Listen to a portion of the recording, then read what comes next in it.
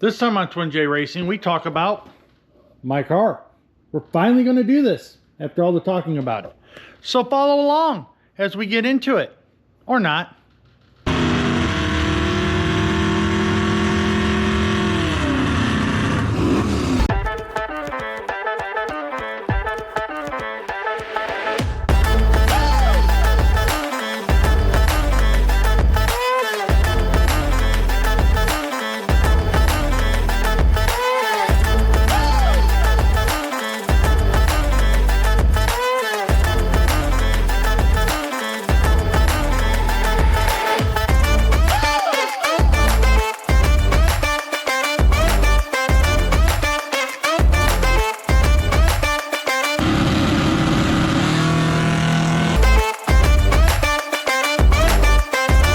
Welcome back to Twin J Racing, everyone.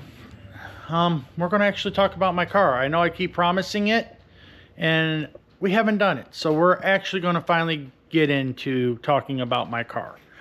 My car is a 71 Cutlass Supreme. It originally came from Oklahoma. I don't know exactly when it came up here. I believe it was the mid-90s or early 90s, maybe late 80s. I'm not exactly sure when it came up here, but it was up here. I purchased the car in 96, so it had to have been late 80s, early 90s, but maybe even sooner than that. I'm not sure.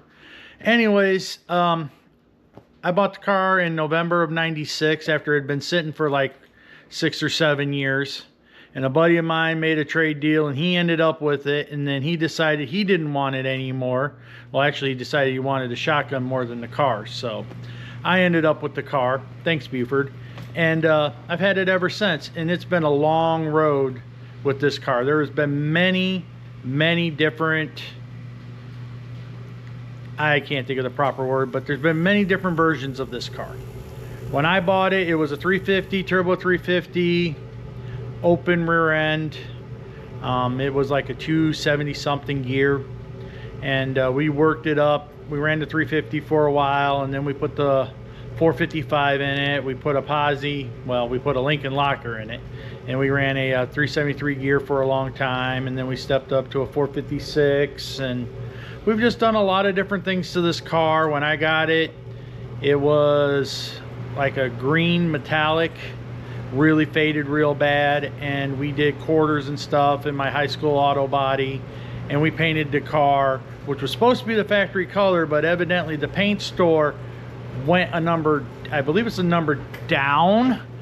Let's see here, because the paint coat I ended up with was a 43. If you can see my tag here, this is a 42, but we ended up with like the limelight green. It was called something else in Oldsmobile, but they just used a GM thing, and I ended up with the limelight green, and it was the brighter green, and that's a paint code 43, come to find out.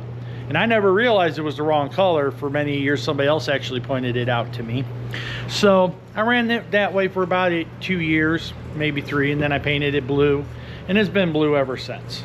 I think 2000 or 2001 I painted it blue, and it's been blue ever since. It may have even been 99. Anyways, the car's blue. It's gonna stay blue.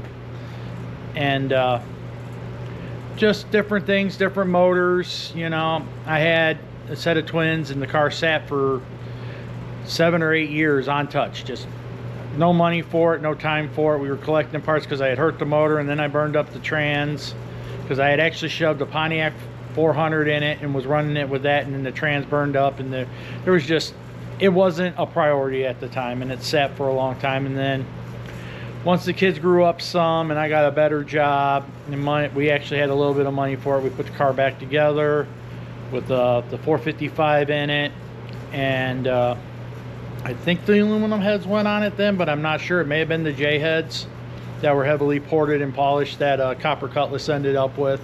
I think actually that's what did happen. I did buy the Edelbrock later, but we put it back together and we ran it, but years of neglect and stuff caught up with it. Rust was popping through and this and that, and we took it back apart, and I had a good buddy of mine do all the body work, fix it all up, and we painted it, and then it sat because He took 2 years. It was supposed to be a 6-month project, took 2 years, you know, body shop prison.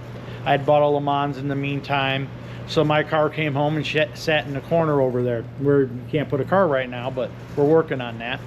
And it sat over there after it was painted for like 3 years, and finally I'm like, I gotta sell this Le Mans, which I regret doing, but that's a whole nother subject.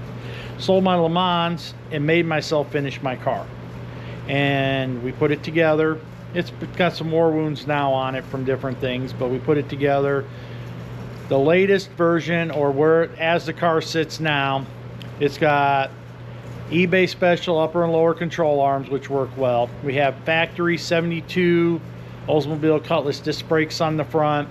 We are running the Blazer. I think mine are from like a 98 or a 99 Blazer, or maybe it was an S10. That generation. Rear disc brakes off of a 4-wheel drive. I got the brackets, the calipers. I got drilled and slotted rotors. I got pictures of that stuff. Hopefully I can shove some of that in. If not, well, I will have always thought. And we were running those on the rear, but we had to machine the brackets because I run the big bearing Ford with the GM bolt pattern for the brakes. It's a whole weird thing. I did that on my 10 bolt because the 10 bolt I had in this, I had a ton of money in, and just had to go to the big bearing because I ran a 33 spline on it. And so we had to machine those to fit and work, and that's all done. It all works perfectly. I'm running, well, let's just get into it. That's some of the stuff you can't see, but let's go over this car and see what we can see. Yeah, some of it needs to be redone, but it's not going to happen right now. But this is where we're at. We are in the engine bay here, as you can tell. Normally there's a 455 shoved in here, but right now there is not, because it's down at JCE getting some love done to it. And once that is done, we got a Mopar master cylinder on here, and then we have Hooker 2-inch super comp headers, which, there we go, you can't even get those anymore because this is the 2-piece on the driver's side. Can't get those anymore. This here actually came out of a 75 Cutlass that Dave, and I know I'll butcher their last name, so I'm not even going to try, used to race an NMCA, and that's actually out of his car. I bought it from the guy who owns the car now. Mopar, like I said, master cylinder, which was an old trick. We got the Aeroquip bypass regulator here. We got an A1000 in the trunk. We run the digital 6 Plus on this. We have the big snorkel scoops, which I'm sure you've seen if you follow me at all, on the hood. And we're running coilovers. We got Viking coilovers in the front and rear with the factory upper spring mount. I think they're 350 springs. I think they're 350 springs. I had 450s and I wasn't happy. I got an overflow for the transmission. I gotta get put in here, and then like my vacuum pump and all that's not here, but if you watched other videos you've seen that stuff already. Factory core support still, that's going to change. I'm going to make a tube one of these days. Fiberglass front bumper with Lingenfelter brackets, which in my opinion are the best brackets for aluminum bumpers out there. You know, it's just typical car here. We have inside here, let's go ahead and turn this light on. There we go. We have a 8-point roll bar, Comp Engineering, just a very generic for the Cutlass Chevelle. I've run it for years. No problems, but this is what's going to be updated to the full cage, and then front bars all the way out to the front, which means the dash is going to have to come back out. But we got the full cage with the 8-point kick into the tunnel here, and we still have the original back seat that's been recovered with the tweed to match the aluminum Kirky seat covers. That's in here. We run the Pro Stick with an electric shifter, and we're running the Power Glide in this now. There's the trans brake button. I actually hit it and broke the dash mounts. I gotta fix that, but that's on the list. There's my shift controller, the digital delay, my gauges. I'm working on changing them over to all the cobalts. But we got oil pressure, cobalt bolts. We got the water temp, cobalt, that's the transmission temperature, and then the vacuum. And then we got the cobalt fuel pressure out there and a cobalt tach, factory gauges, switch panel I made for factory. A lot of this stuff needs to be updated. It hasn't been done in years. Full headliner. My wife actually installed this. Well, we both did, but she pretty much did all the work and made it look pretty dang good in my opinion. Carpeting, air bleed, lean out valve. That's the word I was looking for. Lean out valve for my E85, which makes a big difference, especially if you do the 3/8 hose, not 5/16. Ask me how I know that. But stock door panels, no, we don't have the armrest because they hit there. Yeah, I could do something about that, but why? You know, and of course the harness, I have the cam lock style RJS. I think they're good for another year. Let's see. June of 25. June of... Ew. Well, I guess they're not good for another year. Well, crap. I didn't know that. You know, the stickers. And then here in the trunk, we got a 10-gallon. This is a triangle fuel cell I bought years ago. The shut-off switch, the battery, which battery is probably going to have to get replaced. I'm thinking about going with the lithium battery. That's much lighter, but I'm not sure which one. So if you guys have opinions on that, no, I don't want to go 16 volt. I want to stay 12 because everything is 12. And I really don't feel like changing stuff right now. I run an alternator and everything. Down bars are still here. So we're going to see about all of that. These are my new LED taillight circuit boards, which are going to go into that new fiberglass bumper I have, and we're going to make new brackets instead of all of this. This is still a steel bumper currently. Right now, we have, well, there's the fuel cell. We got a 9-inch Ford style. This is all Moser rear end. You can kind of see the disc brakes in there. You know, you can tell they're disc brakes, they're not drums. You can see the disc if you look far enough in there. But here's the caliper brackets, the hoses, 9-inch Moser, my anti-roll bar, which was an eBay special way back in the day, early 2000s or late 90s. It's called like the Shop 2000 or whatever. It's worked really good for me. I spent a lot of time, and ironically enough, it was a memory today. As I'm getting ready to shoot this, I made my own mounting points for my upper control arms to help be able to set geometry. Made a whole cross member all the way across, made 2 mounting points, and then I tied, I'm not sure how well you guys can see that, all the way back into the upper shock bar. I tied into that. Here's my shock mount bar. And then I even tied the upper shock mount bar back into the anti-roll bar to keep everything solid. And then I tied the cross member forward into the lower control arm mounts. Just tied everything nice and tightly together, and nothing moves. Full exhaust, well, you can call it full exhaust. They're bullet mufflers, 3-inch full exhaust all the way back. Aluminum 3.5-inch dry shaft, like I said, a 9-inch style Ford. Viking double adjustable coilovers, front and rear. Is it perfect? No, but this is what I'm running, A1000. And I had this all powder coated. As you can see, there's the caliper right there for the disc brakes. And underneath, beyond this, everything's pretty much factory frame, factory cross member. You can see the dry shaft safety loop up there, the power glide just kind of hanging out. A lot of that's going to change.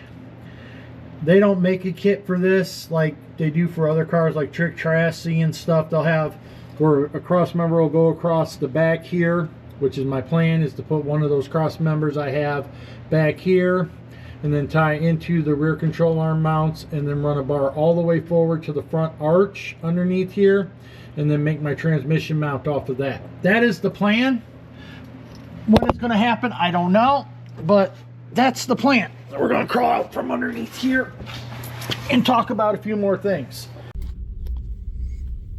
Real quick, I wanted to throw this in there because I didn't really talk about this much while we were going over the car. I didn't discuss, I said I have a 9-inch in there, and then I showed all the nice pretty work I did. But it's a 9-inch from Mosier, and it's got a 456 gear in it. It's got a 35 spline axles and spool, and I run a 29.5 10.5 with the W, because I'm not a small tire. I'm never going to claim to be small tire. You know, there's the whole debate, 29.5, no W's, 10.5, no W's a small tire in some places. JJ the boss, JJ, I don't know. And then some places a 28.5, 10.5, no W. I don't do any of that. I'm a bracket racer. I don't try to run on small tire, alleged small tire. I don't do no prep. That's just my personal preferences. I'm a bracket racer. That's what I do. That's where I'm at.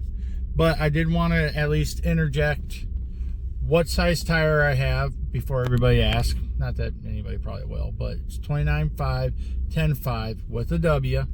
I run a 4.5-inch back spaced rim, which I really should have a 5.5 back space rim, but that's what I have. It works.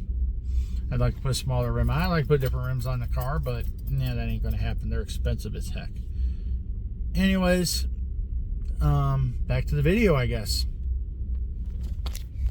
There's my on-off switch for the battery. We went through the inside. That's still a steel bumper, and I got the wrong tail lights. They're 72. I need to get 71s. Wow, that light's bright. Let's turn that off. As many of you know, as you follow along, I got the PTS Fab front subframe, which should have already been installed, but it hasn't been, with rack and everything for the front of this car. We have laying around here, there's the rear bumper, the fiberglass rear bumper. We got Lingenfelter brackets, Lingenfelter aluminum bolt kit for the brackets, and we got to get that installed yet and make the light mounts that I want. We got all the TRZ stuff and TBM brakes hanging out here, as you guys have seen many a times. If you watched the unboxing video, you've seen all that fun stuff. We have the TRZ lightweight steering column sitting up here in a box. All the other fun stuff sitting up here because the motor's not here. There's the diaper, the air cleaner, the hoses, my wife's motorcycle helmet. How that gets left out here, I don't know. And then, if you keep following along, we got the Rhodes race cars, full 12-point cage here. We got this is the upper halo, this is the rear bar. These are the front down links to make it a full 12. These are the down from the upper halo. I'm sure those are door bars or rear bars or something. Same here, these are the kickers. You know, everything's here. And then I bought, like I said, I want to make the cross members, one in the back, and then this is going to be a transmission cross member. When I get to that point, I bought extra tubes to make the bracing underneath. Like I said, I want to run from that cross member to the front arch and then to the back and stiffen everything up. Run that one cross member in the rear as kind of an extra drive shaft safety loop. I just want to really stiffen and make the car work good. That's the plan. And then we have, that's about it. Where did I put the, I don't know. Oh, there they are. We have the Rhodes race cars. This is a transmission mount here to add to that cross member to make it all work. And then these here are transmission mounting tabs. I got to clean them up a little bit. They're all laser cut from Tin Soldier race cars. These will mount right on the tube. We make the bracket. Easy peasy. Just got to have time. Just got to. We are now, today is officially March 1st, 2025, and we ain't touched nothing on this car. None of the updates for this winter have been touched on this car. So it is what it is. We're running out of days real quickly here. So, but that's kind of a quick overview of my car. I'm going to try to add some more photos of when I got it and a couple other versions of it, because it was blue with a big old hood scoop. It was green before that with a big old hood scoop. It's just been different versions of the car along the way.